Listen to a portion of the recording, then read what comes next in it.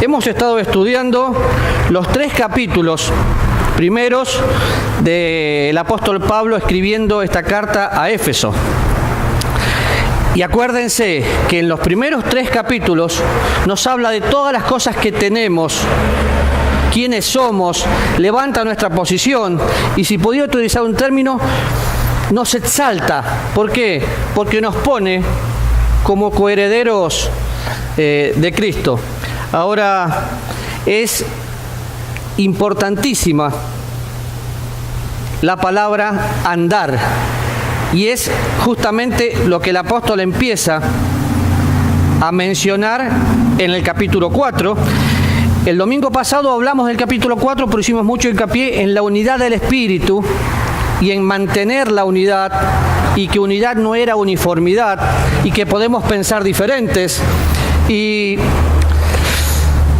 es interesante, tuvimos nuestra reunión de pastores esta semana aquí en la iglesia, y de todos los que estábamos, muchos pensábamos diferentes. Qué bueno, porque no tenemos que pensar igual para estar juntos. Tenemos que entender que Dios es quien nos une. Ahora, tal vez usted no leyó todo el libro de Efesios, pero a mí me encantaría que empiece a leer y dígame cómo va a explicar cuando dice que juntamente con Cristo nos resucitó y nos hizo sentar en lugares celestiales, y estoy citando Efesios 2:6, y anteriormente dice que el Padre colocó a Cristo en el lugar celestial, nos puso igual que Él. Voy al capítulo 4 y empiezo a leer. Yo pues, preso en el Señor, os ruego que andéis como es digno de la vocación con que fuisteis llamados. Y qué interesante. Ahora, yo mencioné 2 cosas: vidas pobres y vidas derrotadas. Ahora sí se escucha. Una vida pobre, yo no sabía qué hacer ya.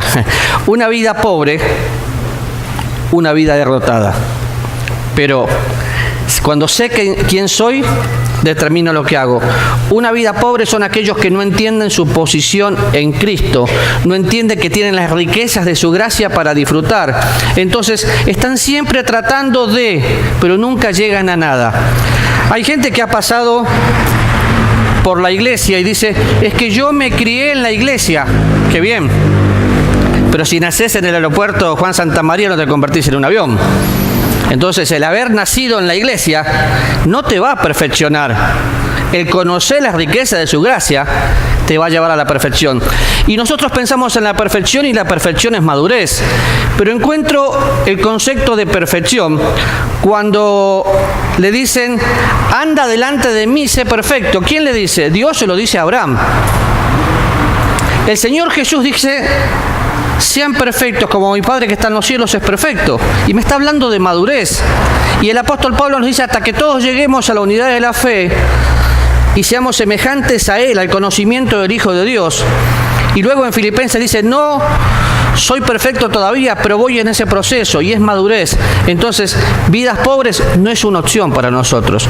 Vidas derrotadas, no por ignorancia. Una persona que entendió lo que es nacer de nuevo y vive una vida derrotada, no es por ignorancia, es por pereza, por no meterse en la Biblia, por no decirle, Dios, me cuesta practicar tal cosa, ¿lo podés hacer por mí? Y la pereza, que se ve por toda la Biblia, es una epidemia que nos ha contagiado a jóvenes y mayores. Yo no sé cuántas veces usted leyó la Biblia en su vida, o cuántas veces leyó la Biblia en este año. Pero este libro es el que me hace crecer porque me permite conocerle. Y cuando voy al texto dice, yo pues preso en el Señor. El apóstol Pablo no está utilizando nada que él no nos haya pedido. Cuando empiezo a mirar el pues preso en el Señor, ¿es una exhortación? Sí. ¿Es un ruego? Sí.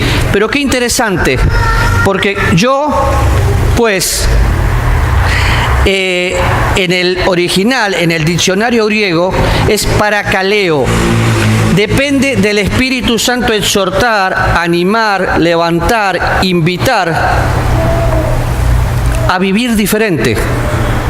Pero al ser un apóstol, el que lo está diciendo, ponía su autoridad apostólica, entonces invitaba, exhortaba, animaba, pero ordenaba. Ténganos los hombres como embajadores de Cristo. Yo, Pablo, apóstol. Y cuando Pablo está escribiendo todo esto, él había pasado por la iglesia de Corintios, que había tenido división. Él había pasado, la iglesia de Corintios, y bueno, ¿qué no había tenido? Muchas cosas para no imitar. Pero entonces él dice, yo pues, preso en el Señor. Él no estaba preso por haber apelado a César. Él estaba preso por la convicción de que Dios ocupaba el primer lugar. Y yo pensé mucho toda esta semana en esto. Yo pues, preso en el Señor. Uno puede estar libre y estar preso, ¿saben? Y muchos que están detrás de la reja están libres. Tal vez usted puede ser preso, estar así, porque sus sentimientos lo dominan y no sus convicciones. Entonces usted está preso. ¿Por qué? Porque hace lo que siente, pero no hace lo que debe. Usted puede estar preso de su familia.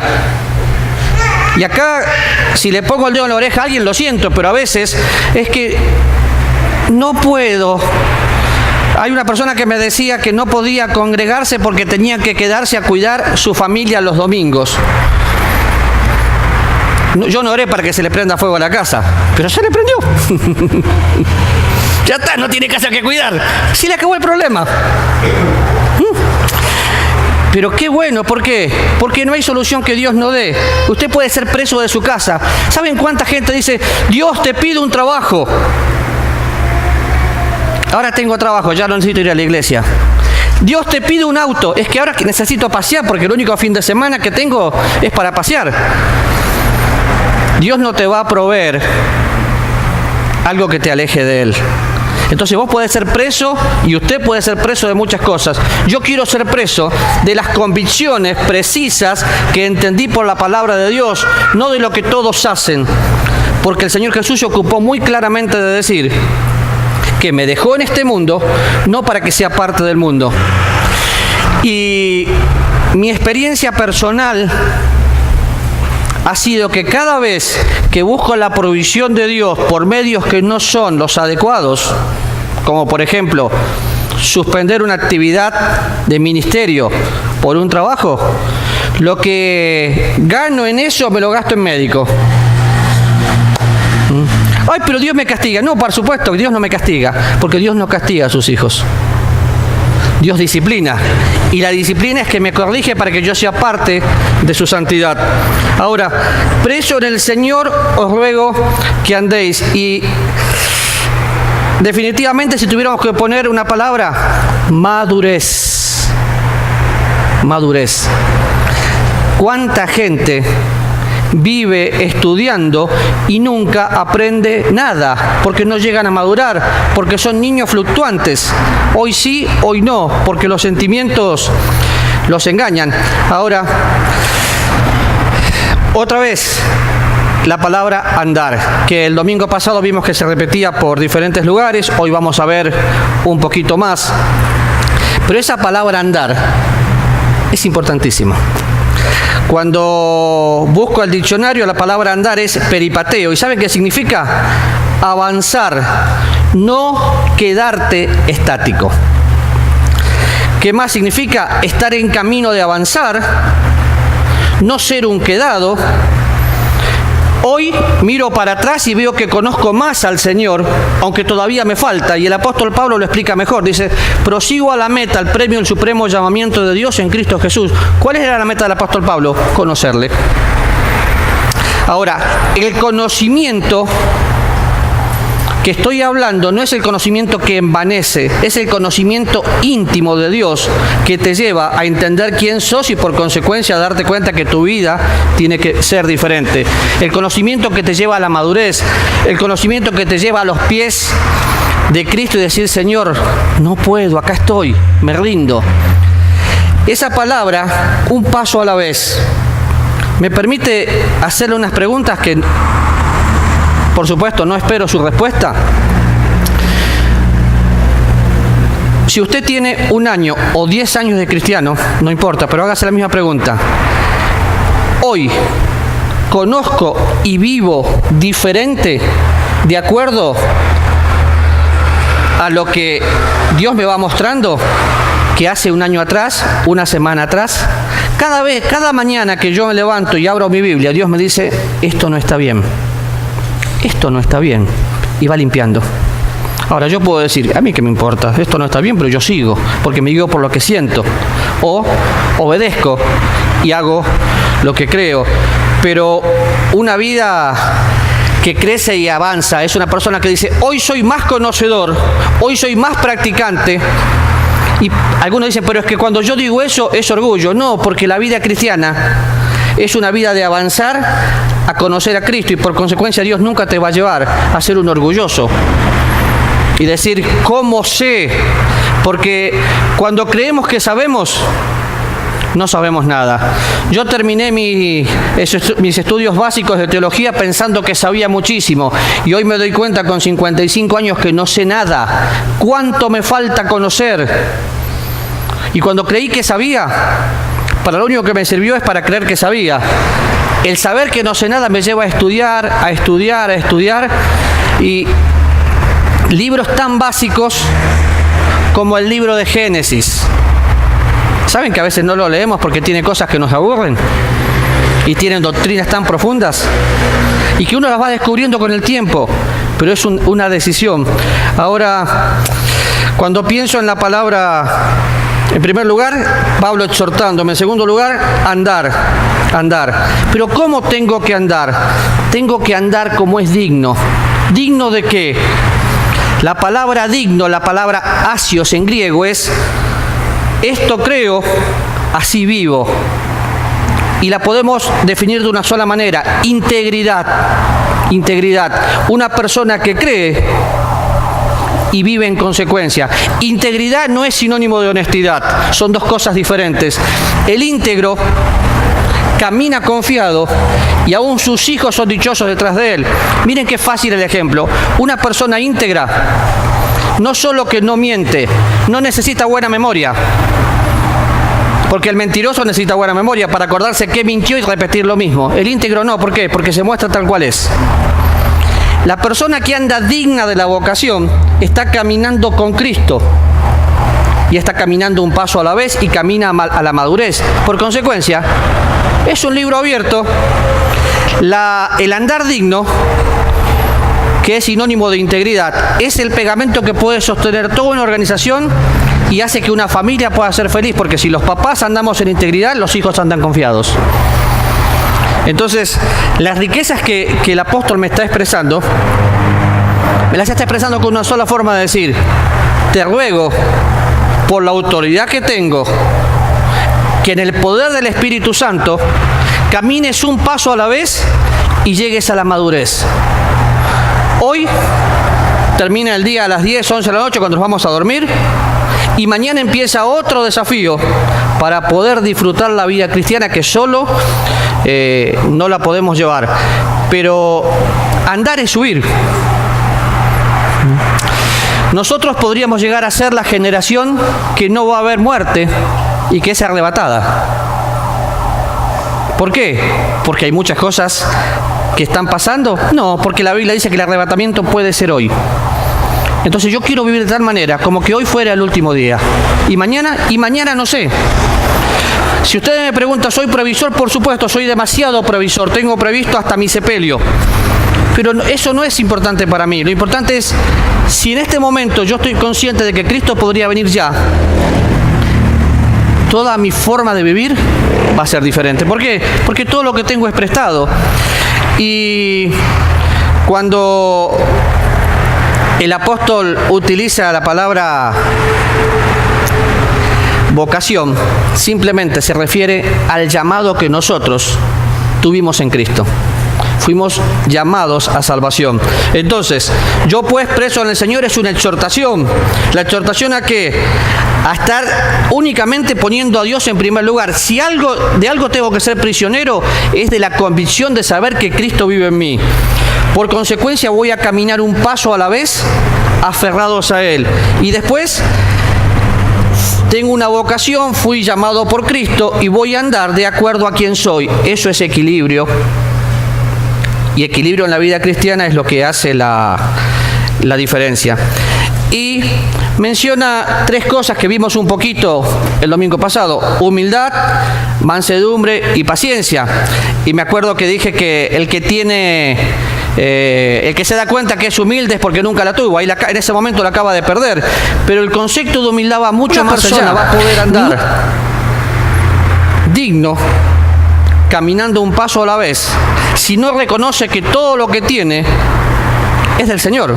Por eso el apóstol dice: yo pues preso en el Señor. Cuando sos preso del Señor, ya no sos preso de tus pasiones, ya no sos preso de tu poder, solamente sos preso de la palabra de Dios y de la persona de Dios en tu vida. Y vas a hacer... Alguien me dice: pero un cristiano puede hacer esto o aquello. El cristiano puede hacer lo que se le da la gana, pero después no se queje. ¿Por qué? Porque todo me es lícito, pero después no se quejen, no todo conviene. Hay decisiones que son definitivamente fuera de la voluntad de Dios. Alguien me preguntaba el otro día: me gusta una chica, pero no es cristiana, ¿tal vez se pueda convertir? No sé si se puede convertir, pero definitivamente la respuesta es no. ¿Por qué? ¿Porque soy malo? No, porque la Biblia lo dice. ¿Voy a orar para ver qué me dice Dios? Bueno, si querés perder tu tiempo, hacelo, pero la Biblia dijo no. O vas a tener un matrimonio que va a ser como el libro Yugo de los Infieles. Lo vas a sufrir de por vida. Y saben que muchas veces apagamos el Espíritu Santo porque sabemos que tenemos que hacer algo y hacemos exactamente lo contrario porque en el momento no nos importa y después nos lamentamos. Ahora, cuando pienso en humildad, déjenme leer un versículo que no leí el domingo pasado. Filipenses capítulo 2, versículo 4. Y es excelente pensar en la palabra humildad. Dice: no mirando cada uno por lo suyo propio, sino cada cual también por los otros. Y la palabra mirando aquí tiene una connotación interesantísima. Dice: no interesándose cada uno por lo suyo propio.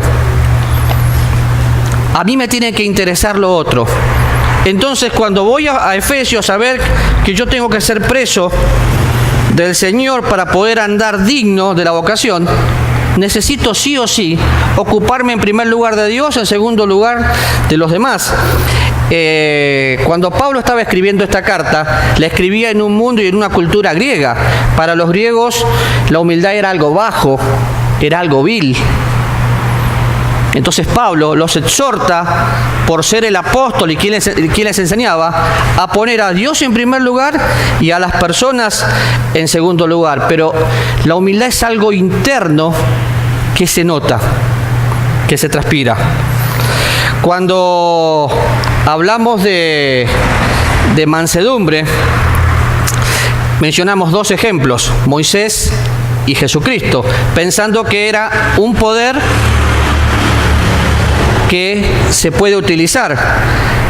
Pero saben que las personas que no disfrutan la mansedumbre, la cual es fruto del Espíritu Santo, cometen muchos errores, porque mansedumbre no es no equivocarse, es tener tus emociones bajo control. La Biblia habla mucho de nuestras emociones, habla de que nuestro cuerpo batalla con nuestra alma por las pasiones, pero yo tengo que aprender a decir no.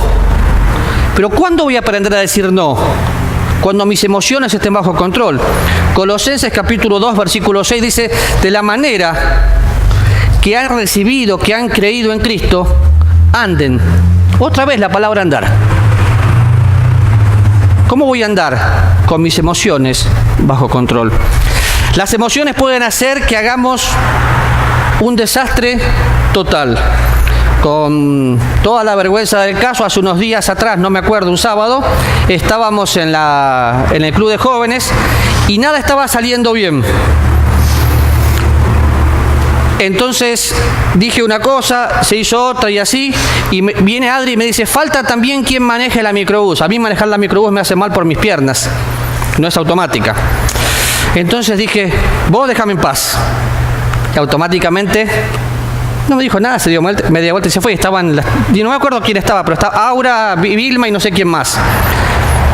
automáticamente me di cuenta que metí la pata y tuve que ir a pedir perdón, no solo a mi esposa, sino a la gente que le rodeaba. ¿Por qué? Porque dejé que mis emociones me controlen. Si no hay microbús, no hay microbús. Si no hay quien maneje, no hay quien maneje. Pero nada me excusa para dejar florecer. Y saben que los hombres, ¿qué hace la mujer cuando se le sale algo de control? Llora. ¿Por qué? No tengo la menor idea, pero desde la cruz que llora. Las lloronas estaban hasta los velorios antes. Y mi amor, ¿por qué lloras? No sé por qué lloro. ¿Tenés un problema? No, estoy muy feliz. Ok, pero estás llorando. Ahora, ¿qué hace el hombre cuando las emociones se le salen de control? Se enoja. Y resulta que estás con tus amigos y mostrás los dientes postizos, pero llegaste a tu casa y herís a lo que más querés. ¿Por qué? Porque no entendiste lo que es mansedumbre. Así que la mujer llora y siga llorando, y el hombre se sigue enojando. Pero eso es simplemente que no estamos utilizando la mansedumbre. Por consecuencia, el día que a mí me pasó eso, tiene una sola respuesta. Floreció la carne y no dejé que el Espíritu Santo me controle. ¿A usted nunca le pasó? No me lo cuente porque sería la mañana del testimonio, y esa no es la idea. Pero peor, el apóstol Pablo dice, para que acepten la exhortación de andar preso con la convicción de la palabra de Dios y la persona de Dios, y para que ese andar, un paso a la vez, tenga equilibrio, entonces tienen que tener humildad, tienen que tener mansedumbre, tienen que tener paciencia. Y paciencia es, Señor, en tus manos están mis tiempos. Eso es paciencia. En tus manos están mis tiempos. Yo lo quiero ya, pero no sé cuándo lo querés. Y saber esperar el tiempo de Dios es complicado. Pero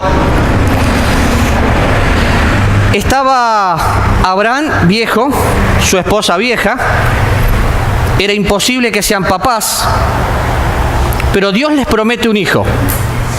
Dios no es hombre para que mienta, ni hijo de hombre para que se arrepienta. Si Dios dijo, Dios lo hace, dice la Biblia. Pero le promete un hijo viejito. Si a mí en este momento Dios me dice, bueno, te voy a decir que Adriana va a quedar embarazada, no puedo hacer así, pero creo que me muero solo. ¿Por qué? Porque ya no. Eso de andar como anda él, con una bebé que la deja subir sola a la escalera. No, ya no estoy para eso. Abraham dijo, sí, Señor, yo te creo. Pero como la cosa no iba, ¿qué hizo? Le dio una manito a Dios. ¿Sí o no? Para nosotros es aberrante pensar que fue y se acostó con la esclava. Pero para esa cultura era normal, porque en Egipto la forma de adoptar era que buscaban una sierva y la sierva podría parir su hijo en los pies de la verdadera esposa y era adoptado. Pero era con todos los derechos legales. Pero trajo todos los problemas que trae por no saber esperar la voluntad de Dios. ¿Qué le faltó a Abraham? Paciencia. Es el padre de la fe, sí, pero en ese momento estaba en todo el proceso de madurez. Nace su hijo, no el hijo de la promesa, sino el hijo de la esclavitud, y tuvo que esperar el tiempo señalado de Dios para que nazca su verdadero hijo, el hijo de la promesa, pero llevó todo un proceso en la vida de Abraham. Yo estoy seguro que si tuviéramos la oportunidad de traer a Abraham y hacerle una entrevista, Abraham, decime, ¿vos volverías a meter la pata y acostarte con la esclava? No, ni loco. ¿Por qué? Porque me fue mal. Ahora, fíjense, Abraham no tuvo sus emociones bajo control. ¿Quién fue la influencia para que Abraham haga lo que hizo? Su esposa. ¿Saben qué está repitiendo? El mismo patrón de Adán y Eva. Nosotros los hombres somos muy... Yo soy el macho de la casa. Yo soy la cabeza del hogar, sí, pero si tu mujer es el cuello, te maneja para donde quiere. Entonces las emociones tienen que estar bajo control. Y lo que no es correcto, no es correcto. No importa quién lo diga. No, en mi cuello lo manejo yo. Cuando Abraham se equivocó, él pagó las consecuencias. Él no dijo la mujer que me diste, como Adán. Pero no supo andar en mansedumbre. Hay otra palabra soportando. No te soporto, me tenés que soportar. Pero no me gusta lo que haces, no te tiene que gustar. La palabra soportar es llevar la carga unos a otros. Yo puse el otro día en el WhatsApp de la iglesia la cantidad de unos a otros que podríamos tener. Pero yo llevo tu carga, vos llevás mi carga. Cuando yo aprendo a llevar tu carga, y no solamente en oración, sino estando al lado, no haciendo otra cosa que estando al lado, estoy soportando. Cuando pienso en la palabra soportar, simplemente me doy cuenta que necesito, en primer lugar, entender lo que es humildad y vivir en mansedumbre, porque eso me hace que ponga a Dios en primer lugar. Por consecuencia, la otra persona va a tener la prioridad que tiene que tener, y voy a poder darme cuenta que no pienso igual y no tengo que pensar igual. Ambos cedemos derechos, porque me habla después de amor. Ahora, ¿por qué es importante todo esto? Es importante todo esto porque si ustedes hacen toda una leída del capítulo 4, van a encontrar, en primer lugar, del capítulo 4, del 3 al 6, que me habla de la relación con otros creyentes. Del 4 al 17, de la relación que yo tengo que tener como cristiano con los dones espirituales. Después me habla de mi antigua manera de vivir. Ya llegando al capítulo 5, empieza hablando de la maldad, la llenura del Espíritu Santo, la relación de la familia y todo. Pero pensando en creyentes, pensando en nosotros como iglesia local, hay 3 áreas que son muy delicadas y que si nosotros no entendemos lo que es un andar digno, entender la vocación que tenemos y entender que somos portadores de la gloria de Dios, nos van a afectar. En primer lugar, el área doctrinal. En segundo lugar, el área moral. En tercer lugar, el área personal.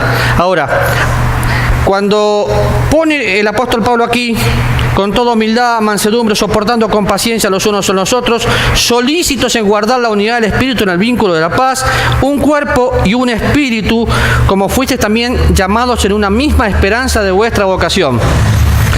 ¿Saben que el área doctrinal puede dividir el cuerpo? Y muchos se apartan de la verdad por divisiones. El otro día en esa reunión de pastores alguien me dijo, en tal lugar está empezando una iglesia. Y yo le dije, ¿por evangelismo? Y agachó la cabeza. No, por división. Un grupo no estaba de acuerdo y se fue y armó otra iglesia. Tal vez hemos perdido el concepto de que cuando estoy en un lugar, por eso nosotros, por amor a nosotros mismos y a los que vendrán si Cristo no viene antes, tenemos escrito una declaración de fe y principios de conducta donde muchos de ustedes han firmado. ¿Qué garantía nos da? La garantía nos da que el día que venga otro pastor, si no está de acuerdo a lo que creemos, no puede ser el pastor. Pero también, si un miembro de la iglesia no está de acuerdo a lo que nosotros creemos, ¿puede ser miembro de la iglesia? Por supuesto que sí, lo que no puede es hacer división. Y estoy hablando de creencias básicas, porque costumbres, miren, recién cuando surgió la parte del canto, algunos quieren aplaudir, otros quieren levantar su mano, eso son costumbres, está bien, pero lo que nunca es negociable es la doctrina. ¿Por qué? Porque afecta el cuerpo de Cristo.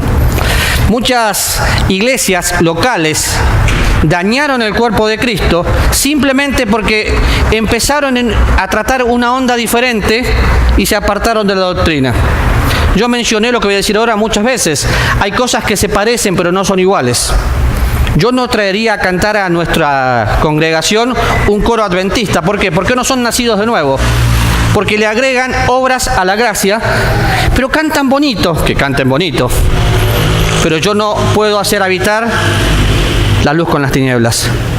Pero es que, yo siento que, justamente, nuestros sentimientos hacen que no vivamos por convicciones. No vivas por lo que sentís, viví por lo que crees, porque el yo siento es subjetivo. El yo creo es objetivo, totalmente y preciso. Yo sé que es un término muy común en Costa Rica. Yo siento que, yo no quiero sentir, quiero creer. Y cuando creo voy a empezar a sentir. Entonces, si una persona leyó toda nuestra declaración de fe y si no la tiene, me la pide, con mucho gusto se la doy, va a ver que tenemos el resguardo de todo, incluyendo de todas las problemáticas sociales que hoy está viviendo el mundo, no solo nuestro país. ¿Por qué? Porque queremos marcar la diferencia. Y si alguien no piensa igual, tiene dos opciones. La primera es sujetarse a la autoridad y a la iglesia, que es la que firmó eso. En segundo lugar, orar, para ver si realmente está haciendo lo correcto. Pero la segunda es también muy importante, y es el área moral. El diablo vive, y lo vamos a ver en Efesios, lo vamos a ver en Pedro, y en toda la Biblia, vive tentando a hacer cosas inmorales. Ahora, cuando me refiero a cosas inmorales, no me refiero únicamente a fornicación, lascivia, adulterio, pornografía. Inmoral es todo lo que atente contra la moral. ¿Sí? Inmoral es no pagar un impuesto. Inmoral es fotocopiar un libro que tiene permiso. Inmoral es si nosotros utilizaríamos la computadora sin programa. Pero si lo haces en tu casa también es inmoral. Es que es para el Señor. No, es inmoral. Atenta contra la moral. Si nosotros como cristianos nos esforzamos en vivir dignos, o sea, en integridad, no necesito fotocopiar un libro para que me salga más barato. Voy a orar y Dios me va a dar el dinero para el libro. Ahora, el pecado es contagioso, porque si Él lo hace, yo lo hago. ¿Saben una de las contras mayores que tenemos los que ministramos al Señor? Mal ejemplo. Imagínense, voy a volver al ejemplo. Yo traté mal a mi esposa. Entonces va a otro a su casa y le grita a su esposa. ¿Y si el pastor lo hace? Seguí lo bueno, no lo malo. Somos de carne y hueso. Pero si pecamos, no nos imiten. Y el pecado es tan sutil, el diablo vive echando pensamientos que nosotros después ejecutamos y que la Biblia le llama dardo de fuego del maligno. Y están continuamente. ¿Nunca te pasó que estás orando y mientras estás orando empiezan los pensamientos? Esos pensamientos no son tuyos. Ese es el mismo Satanás que quiere distraer tu mente para que no glorifiques a Dios. ¿Y después qué te pasa? ¿Te sentís culpable y humillado?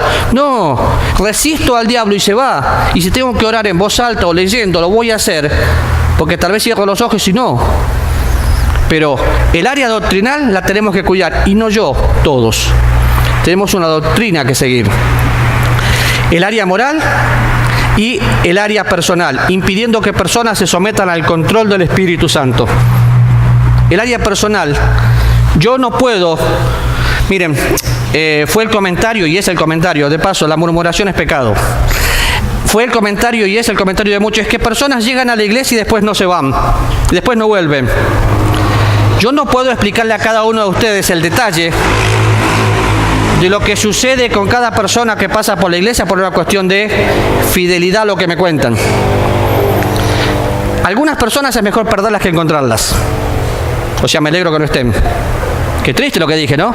Porque son un tropiezo. Y otros tomaron su propia decisión. Pero no depende de una persona quién se queda o quién se va. Si una persona realmente nació de nuevo y consagró su vida al Señor, se va a quedar y se va a afianzar en un lugar. Hoy está de moda, no me gusta esta iglesia, me voy a la otra. No voy a dar el nombre, pero les voy a contar un ejemplo. Asistió un par de veces una persona aquí y quería participar de la cena. Yo no se lo permití y sé que muchos de ustedes se molestaron conmigo. Pero lo que ustedes no sabían es que esa persona estaba peleada con su pastor.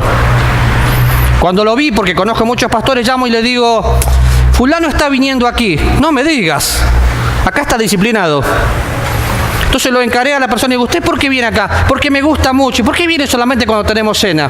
¿Usted se lleva mal con su pastor? Ah, sí, yo no estoy de acuerdo con él. Bueno, cuando usted se arregle con él, venga. Antes, no.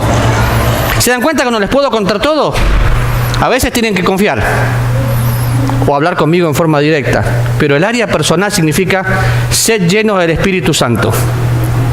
Una persona llena del Espíritu Santo, su hablar va a ser diferente, porque su corazón es diferente.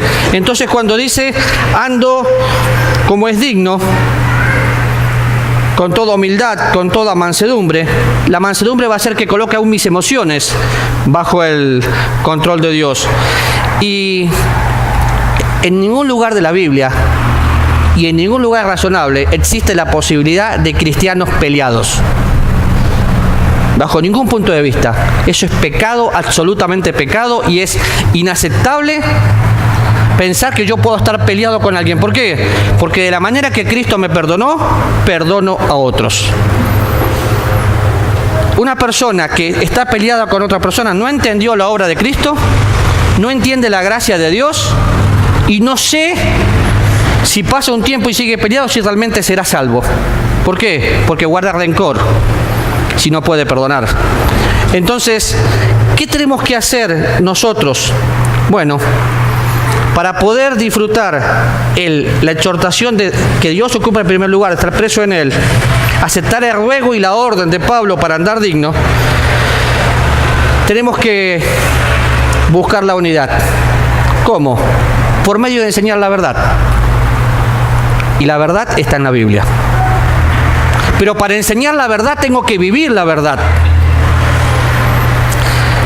Yo no quiero, y no lo haré mientras tenga uso de razón, que cualquier persona enseñe en nuestra iglesia. ¿Por qué? Porque quiero estar seguro que el que va a venir a enseñar tiene un testimonio que le respalde. Pero también siento el peso en mi corazón cada vez que me tengo que parar aquí, de saber que lo que estoy enseñando lo estoy practicando. Por eso cuando estaba estudiando esto vino a mi mente cuando traté mal a Adriana hace un par de domingos atrás, y tu mansedumbre no la usé. Dejé que la carne florezca. Pero nosotros estamos para enseñar la verdad. ¿Por medio de qué? De redarguir el pecado. La palabra redarguir es lo que hace la palabra de Dios. Dice que la palabra de Dios es útil para enseñar, corregir, convencer, que es redarguir. Tengo que orar. Si alguien no tiene una vida como la que Dios manda, entonces, Señor, yo te pido que hagas algo. Yo no puedo hacer nada para que gente vuelva o se vaya, pero puedo orar para que Dios lo haga, y es lo que más nos cuesta, dejar que Dios lo haga. Y en tercer lugar, someterme al Espíritu Santo. Y esa es la parte que más nos toca. ¿Por qué? Si entendiéramos exactamente lo que es someterse al Espíritu Santo, no habría iglesias divididas, familias peleadas. ¿Por qué? Porque Dios sería el quien nos controla. Así que para que andemos como es digno del Señor, para que podamos disfrutar al que nos llamó Dios, para que podamos aceptar ese ruego, la única manera es entendiendo quién manda. Y quién soy determina lo que hago.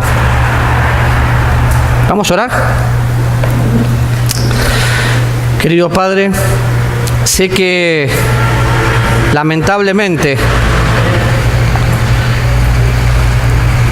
no tenemos en primer lugar lo que deberíamos tener, que es tu misma vida y tu misma persona.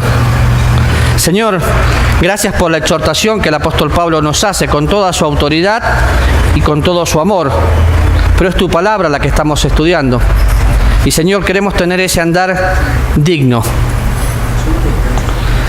Queremos tener el equilibrio para caminar un paso a la vez y pensar que si miro para atrás, puedo decir que mi vida valió la pena, porque el que hace la voluntad de Dios permanece para siempre. Enséñanos en este día, Señor, a renunciar a la impiedad y a los deseos mundanos y a vivir como te agrada. Queremos amarte y desde ya te decimos gracias por hablar con nosotros. En el nombre de Cristo.